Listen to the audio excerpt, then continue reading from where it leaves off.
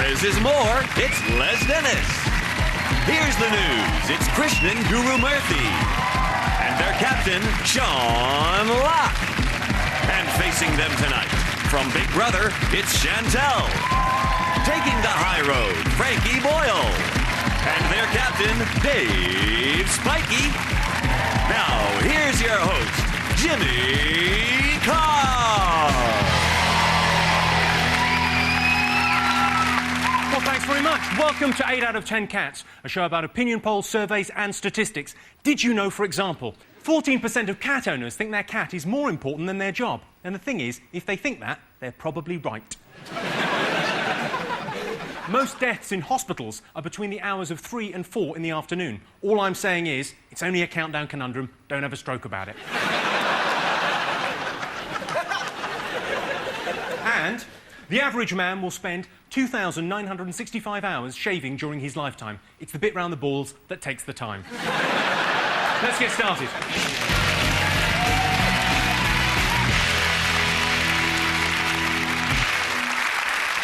What are you talking about? That's the name of our first round. We've teamed up with a leading polling organisation and they've asked the British nation what stories they've been discussing this week. It's our panellists' job to guess the public's top 5 most popular talking points. Krishnan, Sean and Les, what have the nation been talking about this week?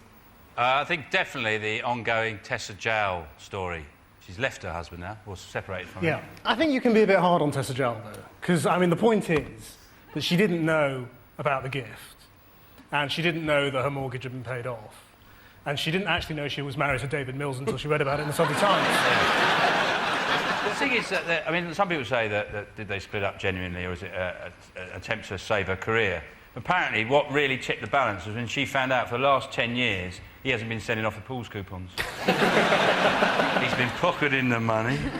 He's obsessed with money, isn't he? Because he's married a woman called Tessa. Let's do this! Aren't we asking quite a lot of our politicians to actually notice £350,000 in their bank account? For some of us, it's a lot of money.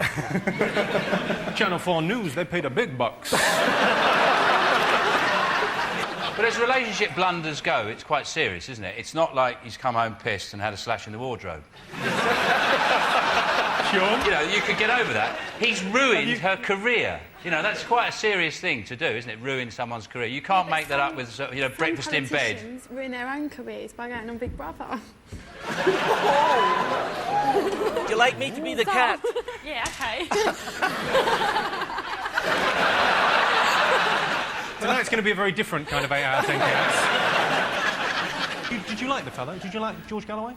At first, I thought he was, like, really crafty. He had, like, shifty eyes and everything, but he completely changed my mind about him by cheating and lying, and then I realised that, from my gut instinct, he was a very horrible man. And do you know what? So, sorry, at first you thought he had shifty eyes, and then you realised he was horrible. Yeah. He really changed your mind, yeah, didn't he? I realised he was horrible, then I realised that he was actually all right, but he weren't all right, because he turned out that he was actually horrible. When someone changes your mind, you've got to end up in a different place than when you started. That's the whole nature of changing one's mind. Do you know what the funny thing is? I was on a shoot today, right, and I come out, right, on... no, not like that, I'm living the dream. I am living the dream. No, right, I am living the dream, but I walked out, right, on a street, a London street, with no one else around, and who do I bump into? Was it Batman? No, George Galloway. Yeah, because he's following you. Was he in the back of a van with some binoculars? Oh, what a coincidence, Chantel. How was it when you bumped into George, then? Did you... It's just, he asked me how my nan was, which was the first question that came out of his mouth. How was your nan? My nan's fine. Are you sure that isn't just a slang expression he uses? How's your nan? There's some place they call it a pitter. Well, let's have a look if Tessa Jowell is one of the most talked about things this week. Yes, it is. Dave, your team, what else have the nation been talking about this week? Is it the Oscars? I liked Reese Witherspoon saying that she dedicated the whole thing to all the men that had ever dumped her. And you think, well, they don't care, do they? They're all sitting in the pub going, I've shagged that Oscar winner. I mean, I was lying about Halle Berry, but I have shagged this one. The thing is that you've got Reese Witherspoon, who earns $28 million a film. She's got all those pubs, right?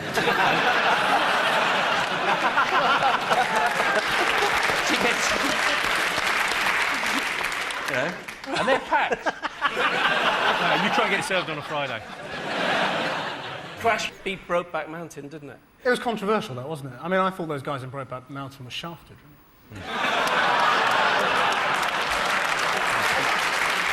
I think the best thing about watching the Oscars is actually watching the nominees sit there when the winner's announced. Because I've been there. Not actually at the Oscars, Not the Oscars, but, you no. know. Have you never been to the Oscars? No, the Challenge Game Show Awards.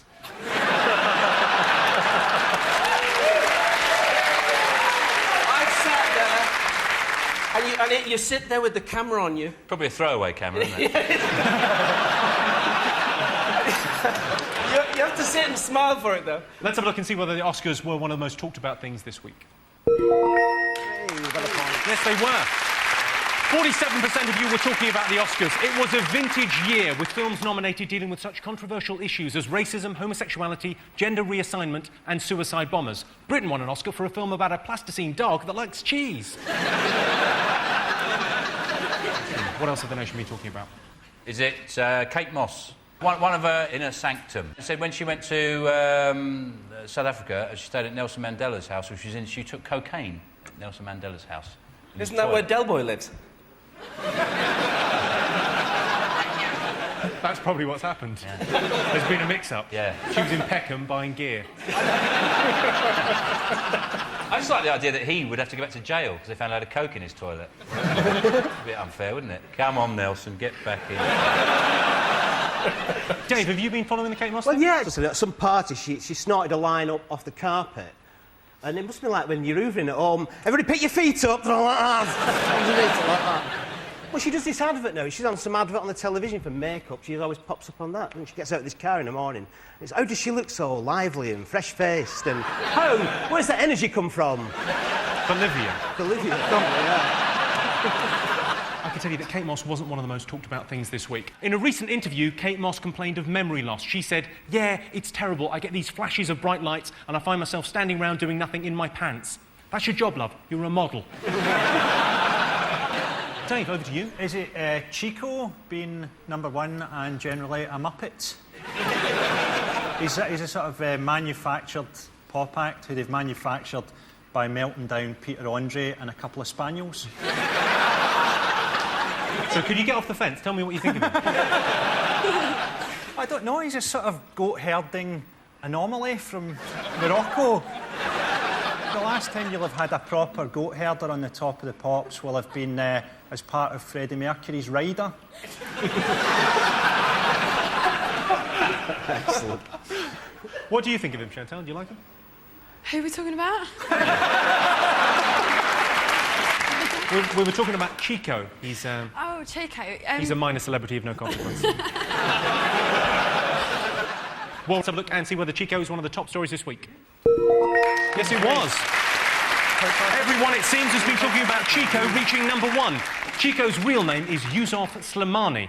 But if you were to shout, "It's Yusuf Slimani time" on a plane, you'd be wrestled to the ground and someone would take your shoes off. OK, fingers on buzzers. What else have the nation been talking about this week? Have they been talking about Tony Blair's great revelation that he waits for God to judge him on the war in Iraq? On Parkinson? Yeah. Yes. Did you see it? Yeah, I did, yeah. It's quite outrageous, really, wasn't it? I hope for his sake God's not called Allah, because I reckon he's an actor. I'm thinking, the first thing is, what's he doing on Parkinson? That is the softest ride you can get. I mean, Parkinson might as well give you a foot massage and a happy finish. I chat you long time. If Michael Parkinson asked you a question and you told him to piss off, he would. If God was really judging Blair, he'd have made him appear on Davina. And the other thing I thought in that interview was amazing was when Michael Parkinson said, what's your special relationship with George Bush? He goes, what I like about George is when he says something, when he says he's going to do something, he does it. You think, so he's the political equivalent of Ron Seal, basically. I said something and I does it. Well, let's have a look and see whether Tony Blair is one of the top 5 talked about things this week. Yes, it is. Yes, everyone's been talking about the fact that Tony Blair was on Parkinson justifying his decision to go to war. Next week, Saddam Hussein is giving his side of the story on Des and Mal. OK, there's one more thing to get. Fingers on buzzers. What else have people been talking about? Is it the story that if you take your kids on holiday out of term time, you can go to prison? The thing is, if you go on holiday and leave your kids in school, you're even more trouble.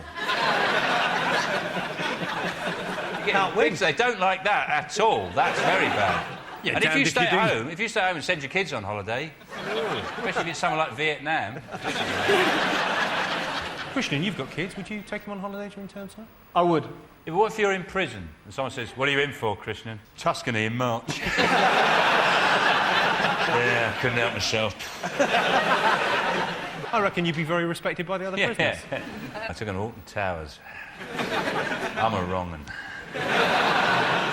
Let's have a look and see whether taking your kids on holiday during term time is one of the most talked about things. Yes, it was. Yes, this week it was ruled that children aren't allowed to go on holiday in term time. The offending parents face jail. Imagine being locked up in a cramped cell. No windows, terrible food, people crying and vomiting, and then when you get back from your easy cruise, you face prison. Well, at the end of that round, I can tell you that Sean, Les and Christian have 3 points, Dave, Chantal and Frankie have 2 points. The next round is called The Poll with a Hole. We've looked through hundreds of surveys, past and present, from around the world and unearthed some fascinating facts. Unfortunately, each statistic is missing one salient piece of information, so it's up to our panellists to fill in the gaps. Here's your first question. 25% of women pretend to be pleased when what? They never, ever are. I mean, sorry, Everything all right at home? Is it when their husband brings them flowers from the garage? Do you get annoyed at that? Pardon? Flowers from the garage? I've never had flowers from the garage. Off a lamppost, then. That's just lazy, isn't it? It's just lazy. It's one of the sins, yes. When their husbands get their photos published in Reader's Wives. Oh, great. Brilliant. Oh, they accepted them. Well, hold on, they got the town wrong. We're not from Doncaster.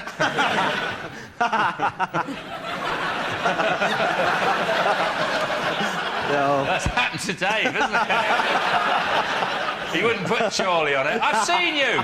The black mark on it. I recognise that silver bonce anywhere. I'll give you a clue. The answer is related to gift giving. Something else you buy a lady. What else do you buy ladies?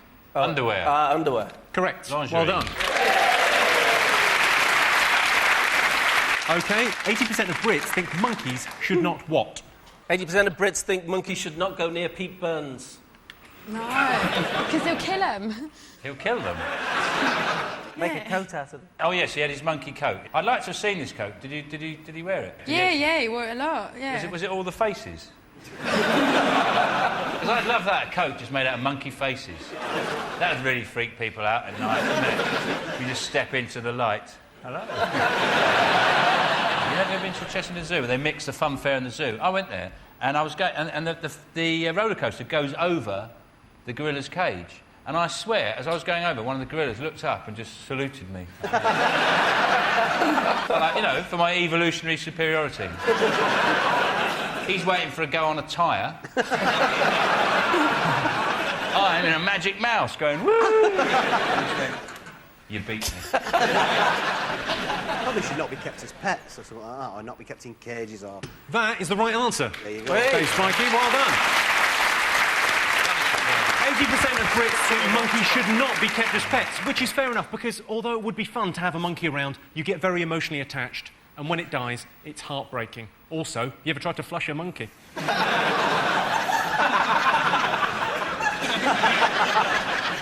my mum had a monkey as a pet, but it tore up their house in India, and so she had to kill it. Have you got any more heartwarming stories of your youth? She didn't have to kill it like that, though, did she? I think they just... How did she kill it? No, she didn't kill it. That was a joke. I think she just got rid of it. No, I'm with you. I think she did kill it. Yeah, I think she killed it. He's trying to cover up for his mum. No? Yeah. Your mum killed a monkey. Your mum killed a monkey. So at the end of that round, it's 4 points for Sean's team and 5 points for Dave's team.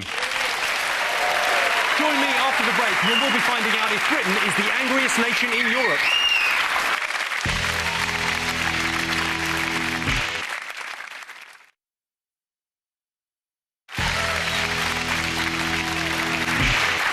Welcome back. The next round is called Believe It or Not. In this round, I'll give the panellists a simple statement. All they have to do is decide whether they think it's true or false. Sean, Les and Christian, have a look at this clip to illustrate your statistic. Fuck off! That's what you can do if you want to do.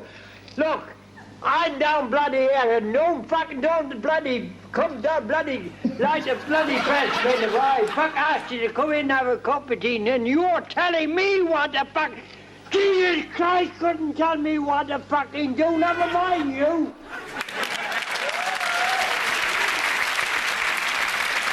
Sean's dad there. I like the idea that he's going towards Shane Ritchie doing a Daz advert. I'll give you 2 for this. OK, here is your related statistic. Britain is the angriest nation in Europe. True or false? How would you measure who's angrier than who? If you took the Scots out, we'd probably be all right. I don't know. I think English football fans are the only people who, when they visit another country, the police there have to go into special training weeks. And you know that every time there's like a tournament in Spain or something, the local police are all in a field beating cows to death with a truncheon. Get some practice in. Yeah, but Scotland, I went to Scotland once when all the rugby was on, and all there was like fat men with no tops on kicking each other in the street. That was our Mardi Gras. But we can't be the angriest nation. I mean, we get angry, but we just get quite vexed, don't we? We never follow it through. If you're on the phone to somebody getting really, really annoyed on the phone, our idea of getting angry is getting angry when you've hung up. And then so you go, yeah, right, yeah, no, you see, you're up, yeah, OK, right, oh, fair enough, yeah. You wanker!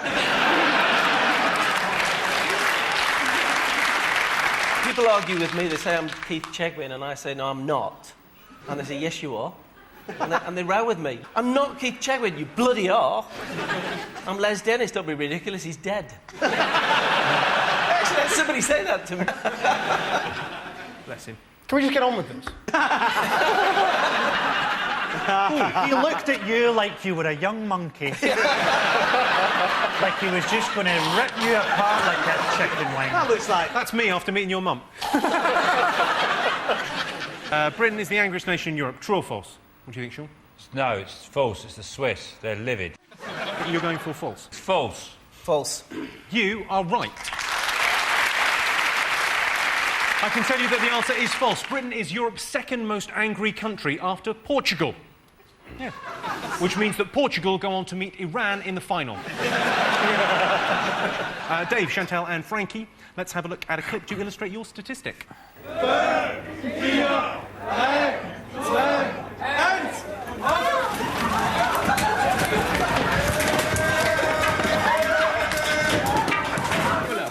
2,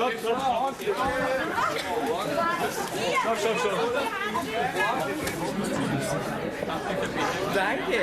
Bitte sehr.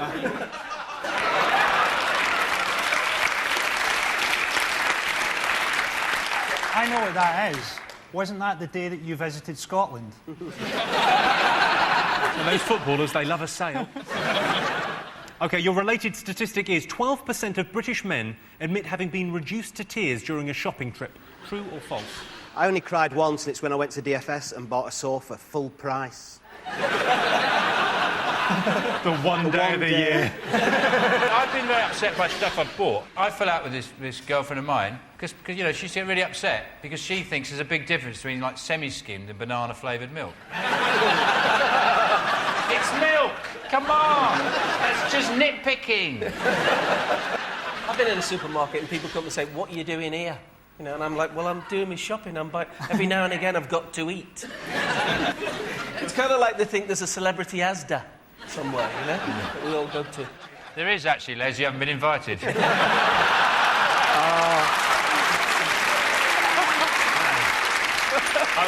joking. That was nice, the little showbiz. Yeah.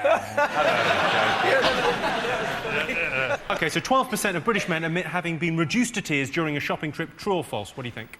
We all think it's true. You think it's true? Well, I'm afraid you're wrong. Actually, just 3% of men have broken down and cried during a shopping trip. In their defence, they were shopping for their wife's coffin. It's the one she would have wanted. What, the first one you saw? Yeah. So at the end of that round, it's 5 points for Sean Seaman, 5 points for Dave's team. And the winner is the name of our final round. I'm going to give our teams a series of opinion polls, and all they have to do is buzz in and tell me who or what they think came top. Here is your first one. Most entertaining moment of 2005. For me, it was the woman who had her arm bitten off by a lion. See that? Oh. She was feeding this lion a chicken sandwich, and it took her arm off. Oh, that's funny, that, isn't it? That's got to be... Well, I mean, no, because she's English, so what did she do? Because, you know, if you're English and you have an accident, your biggest worry is, has anybody seen you? Isn't it like... You know, if you walk into a lamppost when you're going down the street, you might have a hairline fracture of your skull, but has anybody seen you? There's blood coming out your ears, but no, I'm all right, I'm all right. And I'm just wondering whether she went, come on, oh, shit. And I was like, are you all right? Yeah. What am I like? Chantal, any idea? What was your best moment of 2005? When I bought a really nice pink dress that I wanted for ages. Me too!